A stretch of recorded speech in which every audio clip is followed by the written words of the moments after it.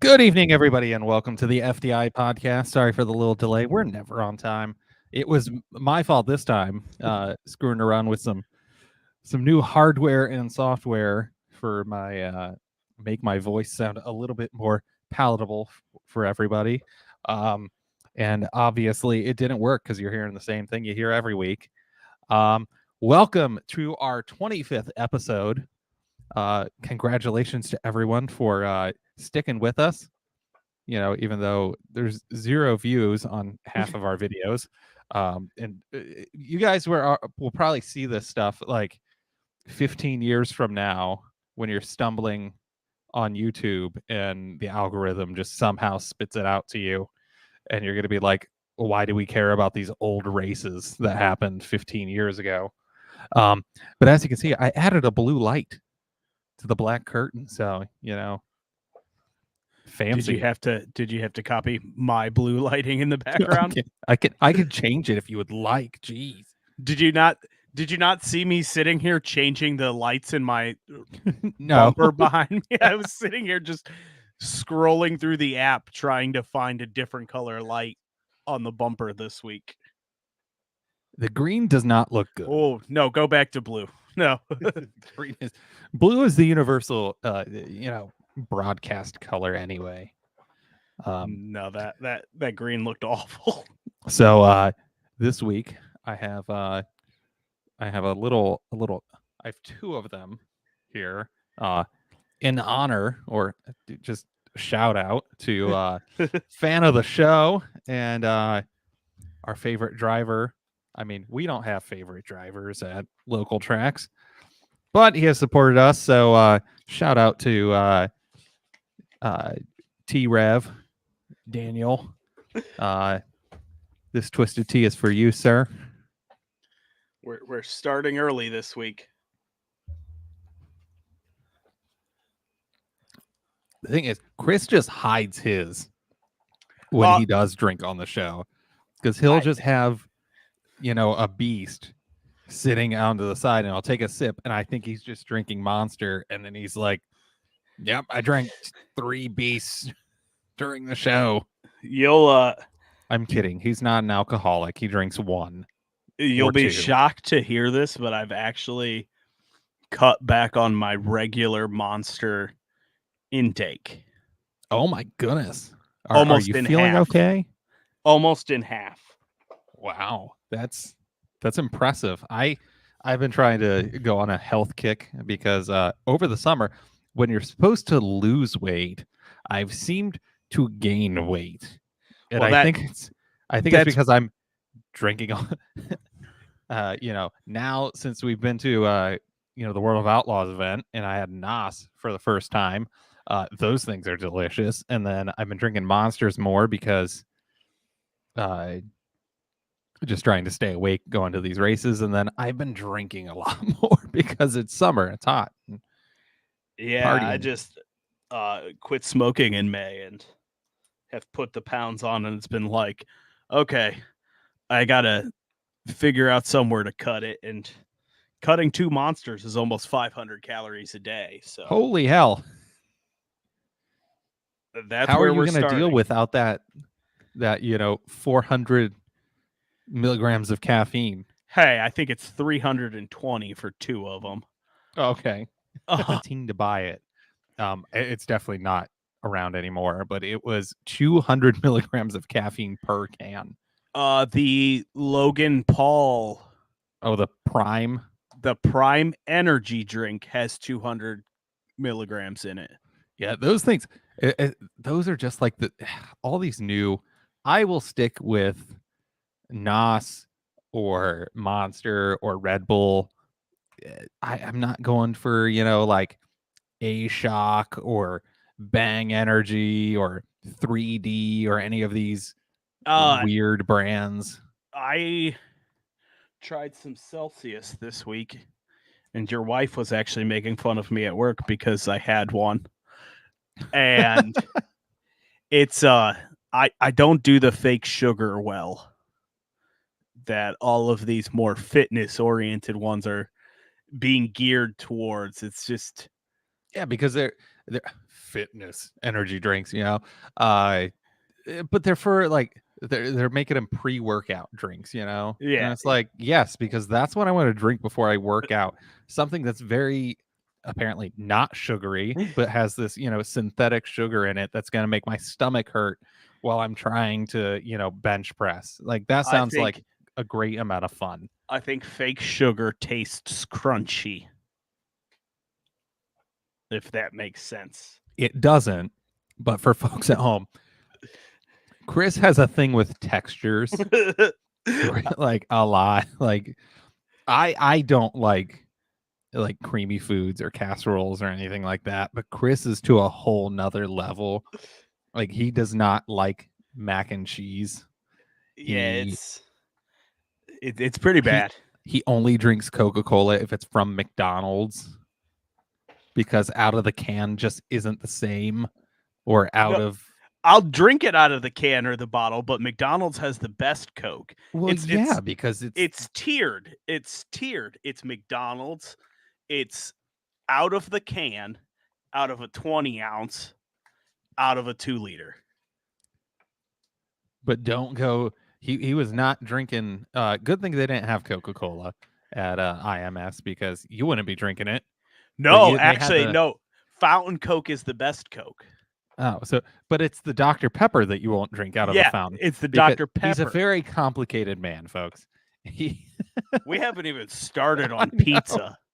You want me to Oh. blow your mind? Chris loves pizza, but only if there's pepperoni on it. Yes. And God forbid you put any kind of cooked pepper near anything that he's eating. We've been through this. Cooked vegetables, it's a texture thing.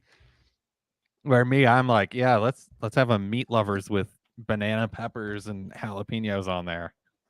All right, delicious. enough food and drink talk. Racing this weekend. So are we talking national or are we talking Well, you got into some stuff. Yeah, so I went to Champ Car, which I guess so a little history. I didn't know much about it. I just knew it sounded like it was going to be a fun series. But apparently, before 2017, I think it was actually 2007 when it was created, 2007 or 2009. The series was created as Chump Car, and it was making fun of the now defunct single seater series Champ Car. The old IndyCar split Champ Car and IRL, and so it was making fun of that. And when that ceased to exist and it combined with IRL to become IndyCar, they've changed the name to Champ Car as that trademark is now available now, and they're trying to get it as a more legitimate series, but it's kind of like the 24 Hours of Lemons type thing where it's a very budget oriented racing series, where you just weld a cage into the car, put your safety gear, and you go and race, and it's all about being fun, affordable racing, which I thought was a pretty cool thing.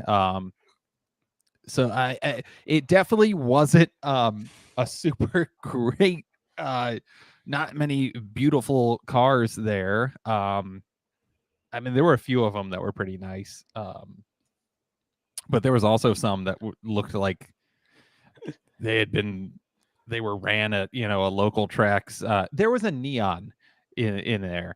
There was everything from like BMWs to Audis to Dodge Neons to Ford Interceptor, a Crown Vic. I mean, it was the whole gambit of car types. There used to be a spec neon series like Spec Miata and some of these other single manufacturer series that you see. There used to be neon series like that. Huh. That's interesting. Yeah, I saw some pictures somebody had posted on the Mid Ohio group, and it looked pretty interesting. Yeah, it was fun. There was a lot of Code 35s, which I guess that is their version of like a VSC. So none of the cars have like race control doesn't have radios to talk to the drivers in this series, but they have from Flagtronics, it's these little GPS LED things that go on the dash Yeah. that tell when what flag is on. And then it also creates like the marching ants.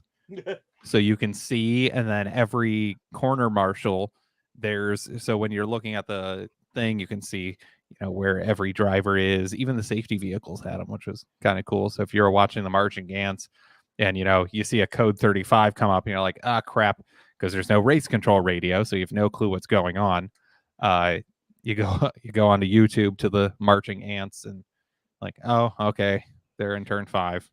Was this like when I went to Grid Life where there was just like no marshals there? There was probably only like 6 marshals. There was only one, of course, in turn 5 at the point. Was it the Pit Viper kid? No, it was a female marshal. And then they only had like one ambulance for the whole circuit. I mean, they had a tow truck and a fire vehicle, like one of the Homaltro trucks over in that turn. And then there was one at the top, I think it's turn 8 when you're coming up the hill after the S's. Yeah. There was one there, and then there was one in that corner, and then there was another one on Thunder Valley, and then there was one at the turn right before pit road. Yeah. And then that was it, I think. There wasn't any in the keyhole area at all. Really? There's maybe one. Okay. No, I don't think there was. I don't think there was anything in the keyhole. They had flags though. Like they had, the LED flag boards and stuff set up. But I was like, that's it? I don't know if maybe they don't have volunteers or workers, or maybe I just never paid attention at some of the club events I went to last year. But yeah, I mean, when I went to Grid Life, I was kind of shocked at how many weren't there.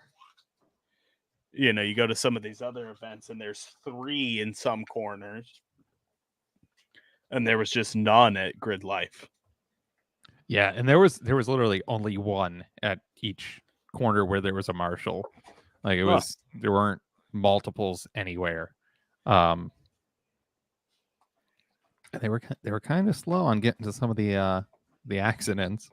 But it was also cool. They had a Google Doc, like a Google Excel sheet that had like their race control notes and stuff, so you could go on and see like, oh, why was there a caution? So that was cool that you could pull that up, refresh the page, and be like, oh, okay, that's why that's happening. But it was a good time. Got a lot of great pictures. Those will be up soon. I was there from like 8:30 in the morning until like 3. I left around 3. There was 2 hours left, but I was like, I've literally taken every picture that I can. Yeah, that's these cars. Like, that's the fun and the not so fun of like those long endurance type races. We're so used to short time frames. You got an hour, you got this, you got, then you have your 2.5 hour race to get whatever pictures you need. And then you go to something like that and it's like, oh, I have all day to take all of these pictures I need. Then, yeah, you kind of start running out of ideas and all of that. And you're just like, all right, I'm done. Josie just walked down and gave me a McDonald's Coke. Jealous. Be jealous. But then she pretended that she was going to flash me. So, but I was shaking my head. Then, yeah, I think really all I did this weekend was I went through and cleaned and organized all of my camera stuff. Yes, minus one big lens. Yes. Oh, so I forgot to mention this. My monopod totally broke an hour into the thing. So I have to figure a way to fix it. Because it was the head detached, but I don't know how, because I think it's carbon fiber. So they had screwed aluminum into carbon fiber and Yeah. it's stripped. So I have to figure out a way to fix that. But so yeah, your lens became very heavy Dude, it throughout gets the day. heavy. And I But was like, that's oh God. when we did Indy last, I got very annoyed with the monopod by Saturday because we talked about this I think last year, where I said, or maybe it was this year at Indy or the truck race, where I said that I get annoyed with the limited mobility with the monopod. You know, you want to move real quick, and the monopod is hitting everything but the ground, you know? Yeah. I like it for just doing the high shutters. Yeah. Because you get that stability, the stability, and you're able to just focus on one spot instead of like freaking arms tires. I gotta put it down, wait for the car to and maybe crest the hill, and then get back up. And Yeah. a monopod would have been really nice for drag racing. Yeah. So that way you can just kind of just When you're hiding, it's you your just camera. press it and you have your head away. I mean, you had yours that weekend, right? You could have brought it. Yeah, I could have brought it. I didn't. I was an idiot. That's kind of been the story of everything. It's Yeah, like I also didn't take a hat, and it was hot as hell. It's just like, this sucks. Don't worry, I had to go get my. I always have a hat, you know that, but I had to go get my license today, so I had to have my roommate give me a haircut before I left. I got off work. My birthday was on Saturday. I need my license for work. And I was like, oh, crap. But my coworker said you should go after your birthday because the state of Ohio is weird. And if you go before your birthday, it can take a whole year off of your license. What? Yeah, I don't know. That's so weird. So they were like, yeah, just go after your birthday. Well, we know I like to get off work and take a nap when I get home. So today I decided I was going to not nap and go do that. But yeah, I think this weekend I really just organized that stuff, went out for dinner for my birthday, and watched the races Sunday. Yeah, I can't remember what I did Saturday night. Oh, I think we went out to Firehouse in Talmadge. The whole fam. So that was nice. And then I had go-karts on Sunday, so that was another fun one. Well, speaking of Sunday, we'll start off with the first race. And I was kind of thinking about this Sunday watching the races because I have two TVs right here, so I can watch both races at one time. And what I'll kind of do is just play with the volume throughout. If the IndyCar race is getting boring, I'll put the NASCAR race up. If the NASCAR race is boring, I'll turn the IndyCar race up. I kind of hate them being on starting at the same time. Did they start at the same time this week? Actually, NASCAR started a couple minutes before IndyCar. So was IndyCar on NBC proper? Yes. And then NASCAR was probably USA. on like USA. Yeah. Well, yeah, of course IndyCar is going to get priority. It was its last race. And I think they're always on NBC. I was going to say, I don't think they're even ever on Peacock. Yeah. Not Peacock. I watched it on Peacock. Yeah, I love on USA. I love that this year all of the races are live on Peacock. I think they were IndyCar last year because I think I watched most of them on Peacock last year. Unless they weren't at the beginning of the season, I don't think, because I wasn't able to watch them live. I had to go back and watch them afterward, which isn't as fun because you know who won. But yeah, I got to I got home for the racetrack and was able to watch the IndyCar race. And all I have to say is, if the rumors are true about Mid Ohio at the end of October, I hope we don't. I do not want a repave because it looks like the racing just turns into a wreck fest. And it was basically a repeat of Road America. I was just where gonna say, I was trying to think. I was like, what other track got a repave this year? That Yeah, it was Road America, and that race, I mean, in practice and everything, like this was like on par in practice and everything and qualifying with Detroit of how many wrecks. And Detroit was a very weird circuit, and so there were a lot of offs in turn 1 and turn 3. And this one came on with that. Like these repaves are great and all, but maybe they need to rubber up the outside grooves so that way you can have more passing without there being a wreck.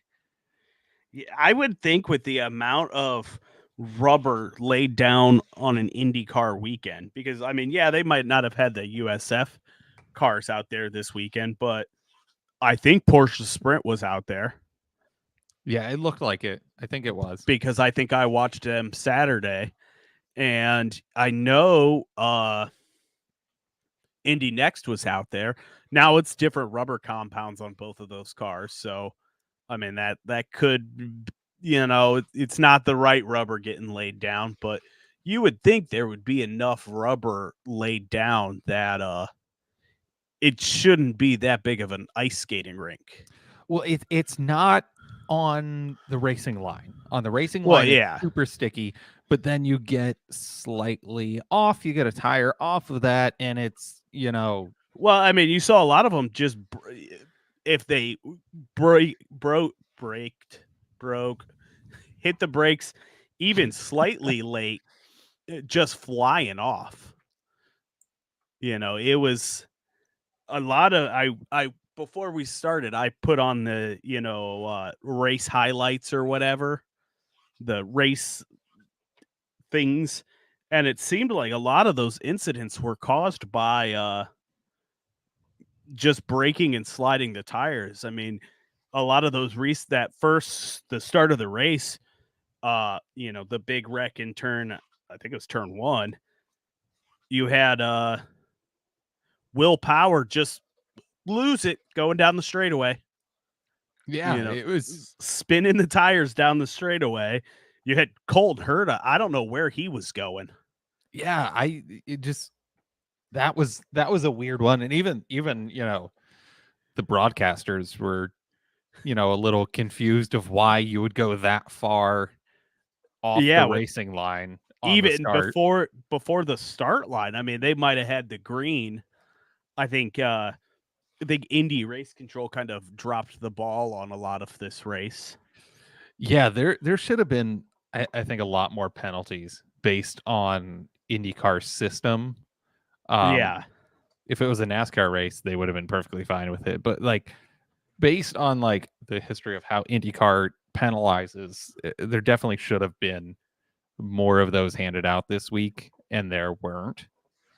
There should have been at least a few drive-through penalties. Yeah. I took some notes that Carnage. 2 of the 3 Penske cars off the track in that first turn. Yeah, incident. And then both Rahal Letterman Lanigan cars. Yeah, Graham Rahal out on before lap 1 was even completed, and then just arguing at it, like going over and yelling at Linus Lundqvist, and it wasn't even his fault. I know. Just looking like it wasn't me. It's funny. My first note on here was Graham ready to fight everyone after lap 1 incident. Which is that does suck. Like lap 1, he's having such a good, last second quarter half, of the yeah. season. Yeah, I would say second half of the season. I mean, because at Mid Ohio, he got pole. He's gotten pole, I think, a few more times. Yeah, because he got pole at Indy. No, he Yeah. didn't get pole at Mid Ohio. Colton Herta got pole, and then he was second. And then he got it at Indianapolis, and then didn't he get it at Portland? Yeah. Yep. Yeah. So I mean, that's pretty good from not making qualifying for the Indy 500 to Well, and then actually becoming a contender. Speaking of taking the pole, Felix Rosenquist taking the pole on his last drive for McLaren. Yeah, I really wanted him to just win it, just to be like, F you. Yeah, right. I mean, But then again, he got the curse of the racetrack of Laguna Seca and getting this is Laguna Seca, right? yeah. Yeah. He got the curse of, Laguna Seca and getting, wrecked out or whatever. And then he had quite a few weird instances. Yeah, that one with there. Ericsson, cutting his tire down as he's coming, Ericsson hits him, cuts his tire down just out of pit road, and then, he thinks he's good, takes off again, and just spins into the gravel. But yeah, I mean, a lot of just seemed like lazy spins, brake lockup, causing all of these cautions. And yeah, I think Elio spun out like right in front of Polo. Yeah, I mean, I have notes been... of Elio and Newgarden just spinning on their own. Yeah, Newgarden had a definitely bad day, and I think he finished fourth in points or fifth in points. Let's see, car. Dixon definitely got second in points. He had fifth. An incredible second half. Newgarden finished fifth. Oh yeah. So McLaughlin moved up to third in points out of kind of nowhere, because I don't think he was. I think he was in, fifth or something, before this race. But with Newgarden not really earning many points at all, if any. And then which is really funny, that our picks for last week for this last race, you picked Dixon and I picked McLaughlin, and they finished 1-2, which is hilarious. Yeah, I mean, I enjoyed the race. A little too many cautions, but I don't know. I like when it bunches the field back up, and that's the topic I have written down for NASCAR here in a minute. But I kind of I take it as like, if I were there taking pictures, I would like more, side by side stuff. A lot of the times when we've done Indy and NASCAR, there hasn't been much side to side, because the races we've done have all ended up fairly strung out. And yeah, I mean, even Mid Ohio this year, there weren't that many cautions, and at IMS there weren't that many cautions, in the middle of the race. Yeah, it was kind of boring, which sucked because it doesn't make for good photography. It's just like a glorified quality session. So you want to, this'll kind of irritate you. I was going to text you this weekend, but I figured I'd do it on the show instead. I was putting pictures on a memory card for a little digital picture frame I have to do at work. And I kind of like IMS over Mid Ohio. Ooh. And here's why. I'll tell you why. Because I have two of these digital picture frames, and one's right here behind my desk. And looking a lot of the Mid Ohio pictures, there's a damn camper in every picture. Yeah, true. Or a There's porta john, or there's a lot of green and just the black tire, uh the black rubber mat in front of the tire walls.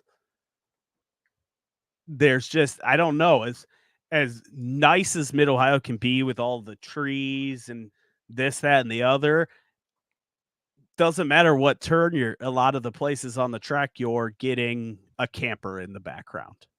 yeah, especially for IndyCar, Yeah. because there's so many people, and that's all that is. I mean, you might get like a really cool American flag shot, with some of them in the North Woods, but I or you're getting an easy up from Yeah. somebody, over, in the S's. Yeah, I was just, it was so funny because I was going to text you that Sunday night and be like, this might irritate you. But yeah, looking at them, just the some of the background, and I don't know if maybe it was the difference in maybe the sun between the two this year, but man, the IMS stuff looked so much better than the Mid Ohio stuff. Yeah, there You, was more. I guess there was more distance, yeah, I was and just gonna say there everything seems further away at IMS. especially when they're on the oval sections or coming out of the oval sections, you have that big, huge asphalt area, and then you have the grass, and the grass is just. I mean, it's done by their golf course crew at Yeah, IMS, so it just looks really nice. There's the lines of it. It's just I real mean we're flat and nice. in the end we're really comparing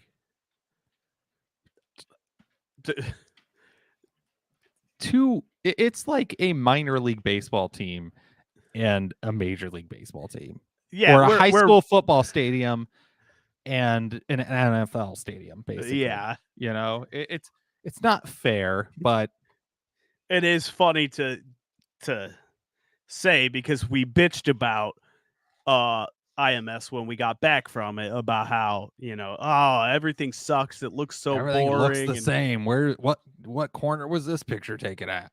yeah, then Who I knows? Because it all looks the same.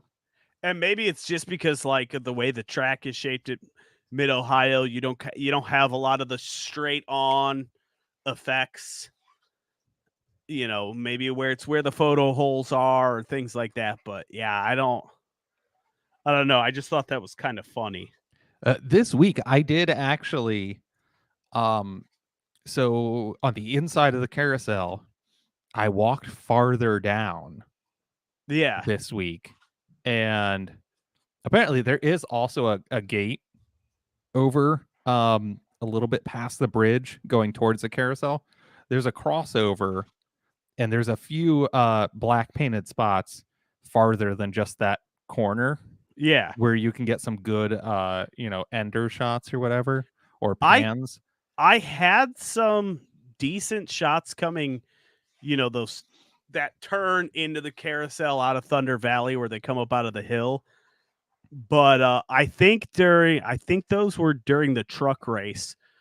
But because it was like high noon, height of the day, uh everything looked very weird. I'd get weird reflections off the windshields, or I'd catch the fence in there because even though I was shooting through the painted black spots, it was still, there was just so much light it was even reflecting off of the black. Oh, yeah. And then so where the concession deck is, Yeah. if you go down that way, going opposite track direction, and I actually got to turn one of the normal start. Yeah. So that was because nobody was there to tell me not to go over there. So I did. That was an interesting spot. I can see why there's not a photo hole. It's not great. I mean, it would be great for a start of a race if it was if they were doing the traditional start line, Yeah. but the enders, everything just kind of looked meh. Are you talking about the one where you can see the flag stand? Someone had posted a picture of it in the. No, this was a different one. That Okay. one I do like. I will use that one eventually and hopefully not get kicked out. No, this one is on the other side of the Oh, okay. cross the drive bridge where Okay. there's not really an entrance anywhere close to it. Yeah. So I walked all the way from like where we would go into like the top of the S's. Yeah. Walked all the way around turn 5, around turn 4, and all the way towards the turn 1 of the normal start. It was a long walk and the shots were crap, so that wasn't too fun. But yeah, we've talked about this before though. That's kind of one of the nice things about the club events or like day one of an event is you can kind of scout that stuff. And Because you I've know, always wondered, like, would that be a good shot? And no, it wasn't that great of a shot. So I can see for the start of the race, I was up in uh, the keyhole and shooting straight on to that the first stretch of the keyhole yeah, to get some good group head-on shots. So that was nice. Oh, the baby's here. this is about the fourth time he's jumped up tonight. Yeah, so NASCAR race. Uh, I don't know how much of like the first half of the race I even paid attention to because the IndyCar race, like I said, with the double TV, I was kind of paying more attention to the IndyCar race than NASCAR because, you know, it's a mile and a half, 3 stages. Who knows how long it's going to be, even though Kansas has been one of the better tracks with the next gen car. I think all you missed was Truex and Dylan crashing. Truex out 3 laps in. The regular season champion is Yeah, and now he's under the on the cut line. bubble. Yeah, Yeah. on the cut line. I did So make is Bubba is yeah, also Bubba. Well, he had under tire the cut. problems too. He Yeah. ended up smacking the wall. And And what did we talk about last week that I think should be changed in NASCAR? Because guess what? Another tire changer got caught on fire. Again. that's why you wear fire suits. Still think they should change the fuel delivery. Yeah, one big note, I mean two big things with this race. The pit call Logano's team made at the end of that last restart for the green white checkers, taking 2 tires. They got him out from like 15th to 5th. Earns him 10 extra points, and he was below the cut line before that. So, that 2 tire call, they probably weren't going to win the race, but they earned 10 extra points in that, and that's extra padding going into Bristol, which you never know what's going to happen at Bristol. And then the big topic of the week, I don't know how much of like the extra NASCAR things you've listened to this week is Chase and Larson getting into it again. Yeah, what was that all about?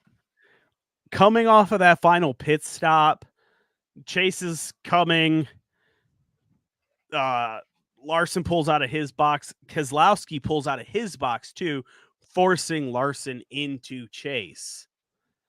And then, I mean, to kind of parrot what a lot of NASCAR media and, some of the podcasts, and I know Danielle Trotta on SiriusXM had said this, that I don't think Chase likes Kyle Larson very much.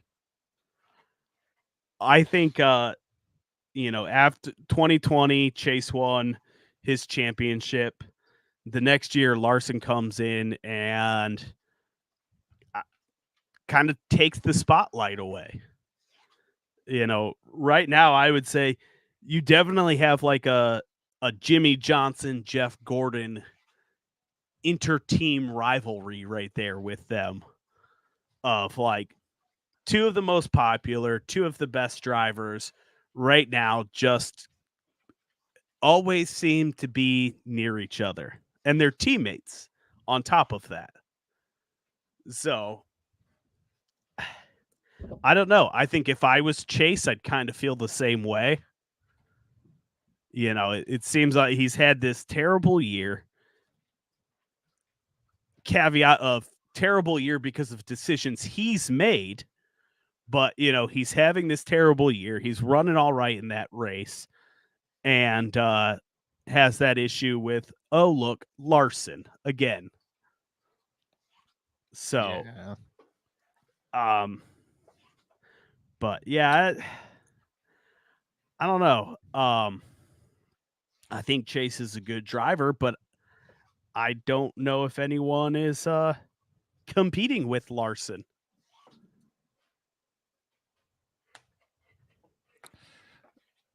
Yeah, and Larson, I mean, he's still finishing high up. He's currently leading the playoff points. With Reddick in second and Hamlin in third. Surprising.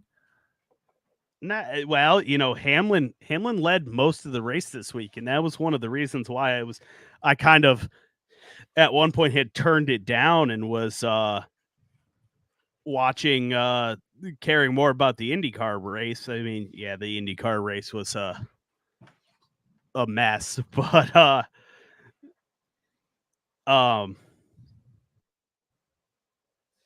lost my train of thought there. I don't know if you can hear Newton in the background. He's chewing on something, and it's driving me nuts. Oh, jeez. But yeah, I mean, oh yeah, Denny leading the majority of like the first half of the race, and just kind of like, okay, this IndyCar race is definitely more interesting. Man, I saw a stat that of course, speaking of Larson, it was on Twitter today that he's almost 500 for top 10 since joining Hendrick Motorsport. Jeez. Yeah, so it's not really surprising. It is Larson. Yeah, he's like, when you see this man drive a sprint car, it's just gobsmacking, just how amazing he is at racing. Yeah, that brought up another thing I saw this week. There was, it might have been a TikTok or something like that, of how many Larsons do you think are out there at local tracks whose talent was just never discovered and don't have the funding to be able to get into a I'm sure there's tons of them. High dollar sprint car, because that's been another topic recently. And I don't know how much you follow like dirt Twitter and stuff, X, whatever you want to call it. It'll always be Twitter. Of the cost of sprint racing now. Well, I mean, it's got to be expensive. I mean, just running a compact at a track is expensive these days. I can't imagine a sprint car. It's probably on par with, or more expensive than a late model, than an asphalt late model. Some of the World of Outlaws and All-Star Circuit of Champions, some of them are saying it costs about $5 to $10,000 a night to run. Oh, geez, these guys are probably spending more than an ARCA team. Yeah, I mean, there was a lot of complaints this week about the new dirt tire Hoosier has put out, that they're wearing out and splitting and all of this stuff. I've gotten a lot of it. I hated the Twitter for you page for a while once when they first put it out, but I've kind of like half trained the algorithm to see things that I've wanted to see. And yeah, some of the dirt stuff coming out. There was a TikTok I saw that to rent one of, and I can't remember what team it is now, but to rent one of like the top midget teams cars for the year is about $300,000. Now you get a crew, you should get you're basically a buy-in driver at that point, but you're getting the crew, the transport, and all that kind of stuff for the year. But yeah, over $250,000 for a midget season. And those don't have high payouts. There's not many $10,000 midget races, or, you don't have a high limit with races over $20,000. Those are just your little, you might be lucky to have a $2,000 payout on some of them. Yeah, speaking of high payout races, we didn't touch on this when we were talking about IndyCar, but the $1 million race in March of 2024 at Thermal Club. But I did hear that they're going to have to share it with people. It's very strange. That Thermal Club's one of those country club tracks. Yeah. So I have a made for TV event. Oh yeah, 100%. And I hope that that's what, outside of Knoxville or Nashville? No, I think that's out west. Oh, maybe they were trying to build one in like Arizona or. Okay, maybe they were trying to build one somewhere in Nashville. And I was going to say it's California. Okay, I was going to say, just hopefully those don't take races from a track like Mid-Ohio. No, it definitely won't. But while we're speaking of news, big news coming out today, no stage cautions at the Charlotte Roval coming up. Oh yeah. Yeah, I was wanting to talk about that because I hinted towards that earlier. They gave the BS excuse of that they want everything to be the same for playoff races. Come on. All right, I'm gonna take my commentator hat off and I'm gonna put my fan hat on. I'm glad they're bringing them back. I thought you said you hated stage cautions.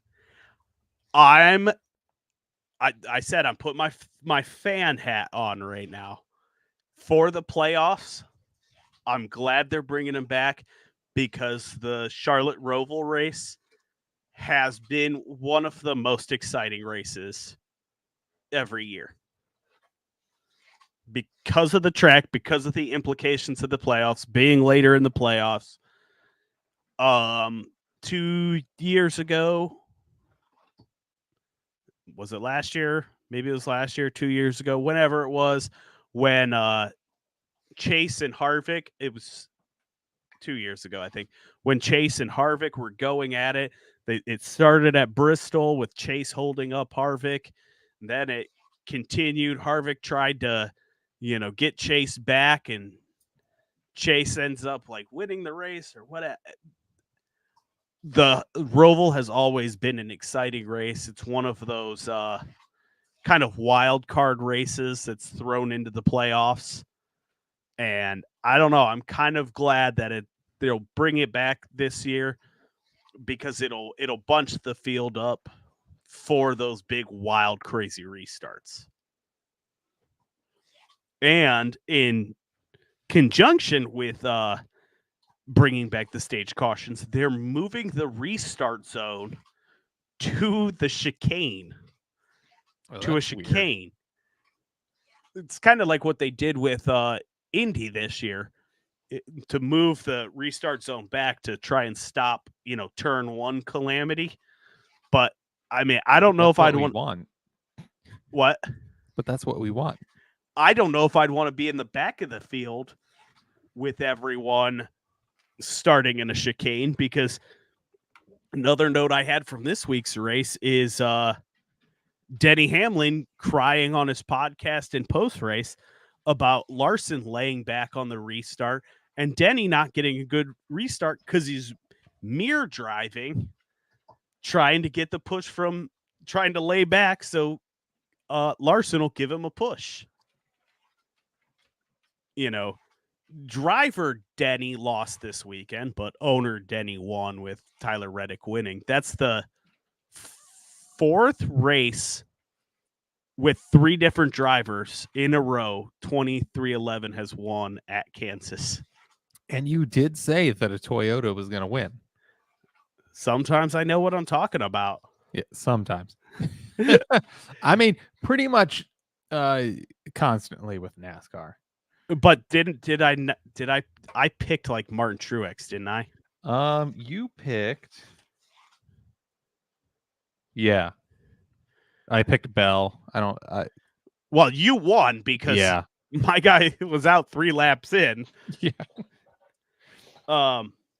Other news, our local boy, championship winning crew chief is back with his championship driver. Rich is got Rich Luscious. Who's that? Luscious. Rich. Oh, is he back with Ben Rhodes? He's back with Ben Rhodes for the championship run. Is Haley out?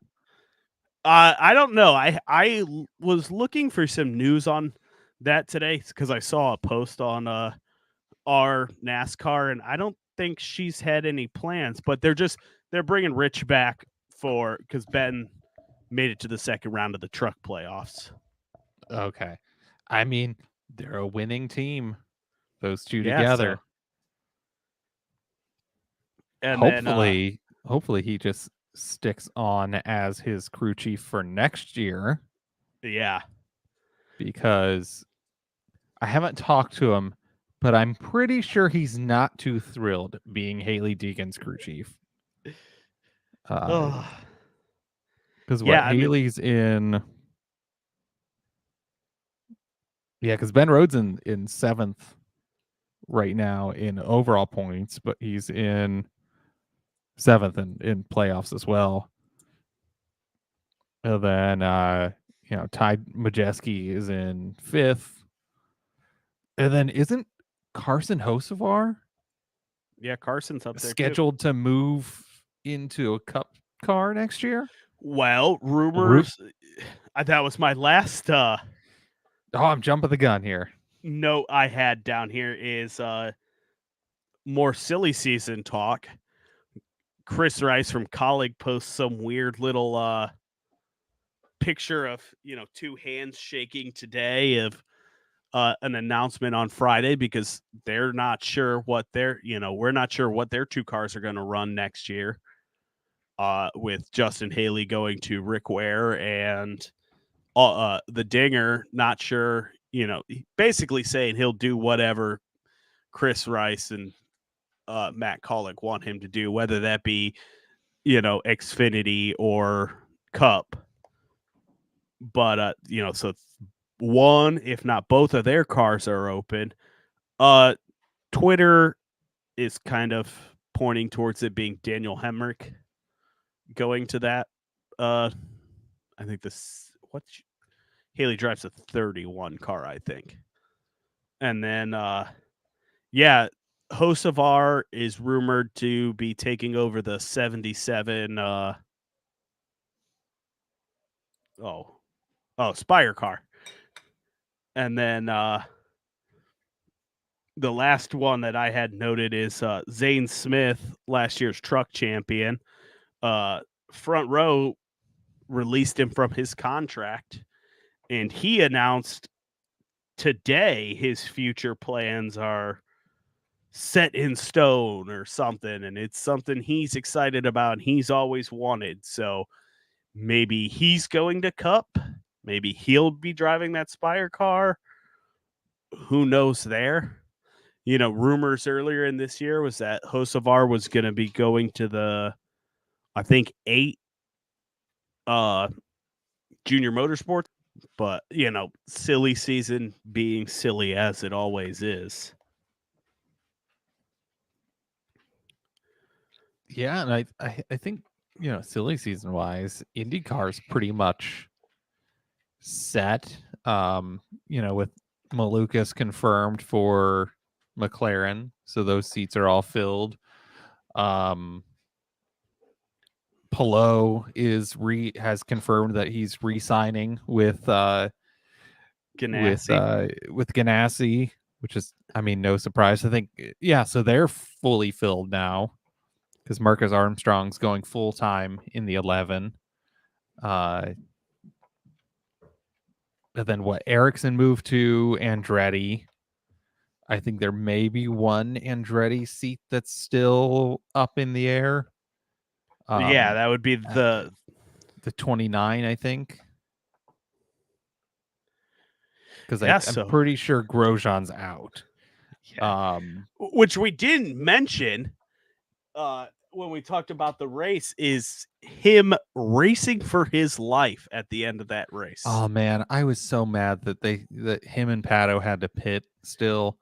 And I was like, oh, come on. I mean, that would be amazing if he would have his last race in IndyCar just win. That would have been the most amazing thing ever. But I was like, nope, they still have to pit.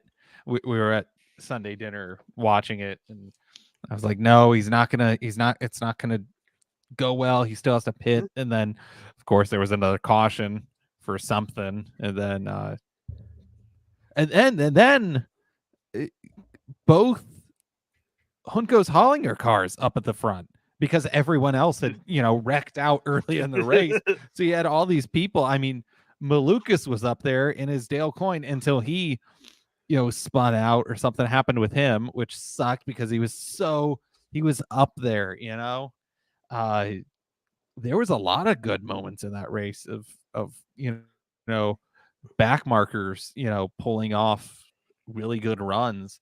And I think they're let's see, what was the full finishing order for that.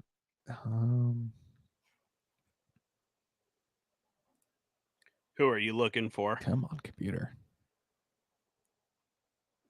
I'm just Lucas ended up 17th. Did he? Yeah, that sucks. He was running solid in the top 10. Oh wait, that's championship standings.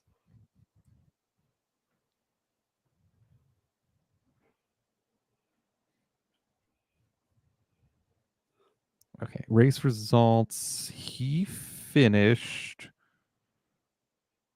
Oh, where is he at here? 20th. and 20th, so even worse. Even Callum Ilott finished 5th. And he even had a little bit of an oopsie towards the end. Both Junko's Hollinger cars kind of had oopsies. Canapino finished 14th. That's like his best. Peterson didn't wreck throughout the race. He finished. Armstrong finished 8th. Yeah, I mean, it was a good mix of, Ryan Hunter-Reay was in 10th. I mean, Stingray Rob was in 12th. I was just going to say, Stingray in 12th. On the lead lap. Yeah, it was, I guess, with the crazy repaving, you get, you don't know who's going to win. Yeah. But also just way too many cautions. Because then it was like, at one point, I thought we were going to end up finishing under caution. And I was going to, please don't. Yeah. Yeah. definitely IndyCar, the better race of the week. This weekend though, I think we have probably my favorite race of the year for NASCAR, the Bristol night race, which like I said, it being a cutoff race, Bristol nighttime, Saturday night, it should be a great race. And I have to work Saturday. I should get off just in time to see the race, to get home to watch the race. Yeah, I have no clue what I have going on Saturday evening yet, but I'm definitely going to watch it somehow.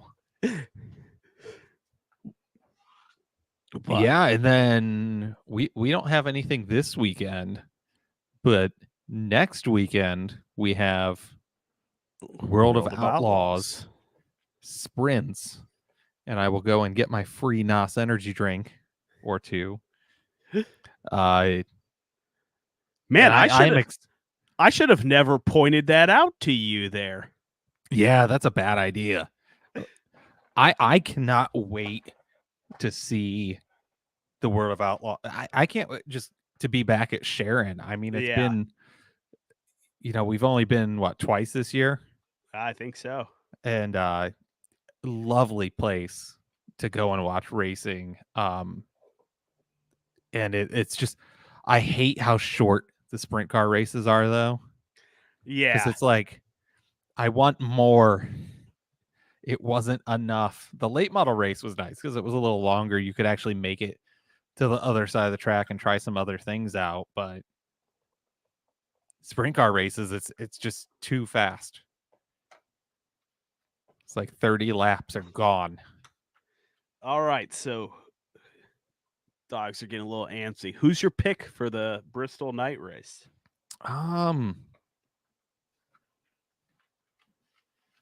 I'm gonna go with who's good on short tracks? Isn't speaking of Sharon, isn't Blaney good at short tracks?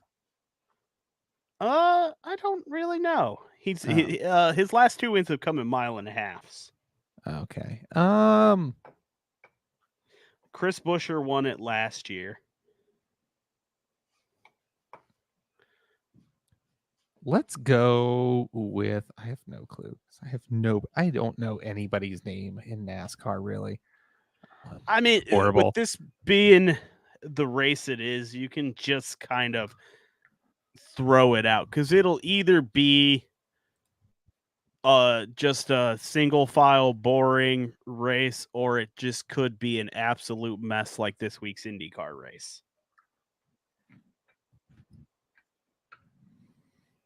Depending on how screwy. I'm gonna go with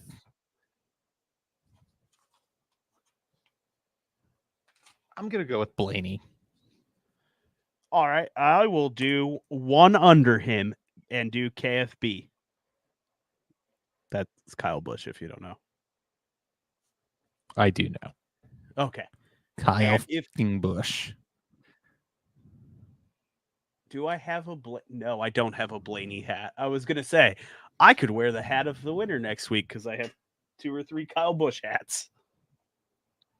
You have a billion hats. It's not going to be either of those who win. Oh, no. It'll be Larson or somebody who's already locked in. Yeah, and then we move on to the round of 12. So it's the last race of the round of 16. So yeah, I have interesting. People are going to be definitely those ones on the cut line are going to be desperate. I think McDowell and right now we have. Hold on. Yeah, on the cut line is Truex, MTJ. Wallace, Stenhouse, and McDowell.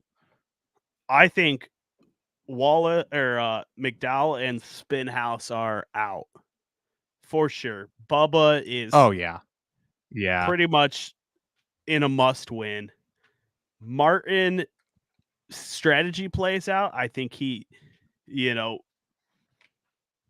Bell on down is going to be rough and 50-50. You had Logano just get in this week by that miracle pit strategy. And Harvick, I mean, he was running well.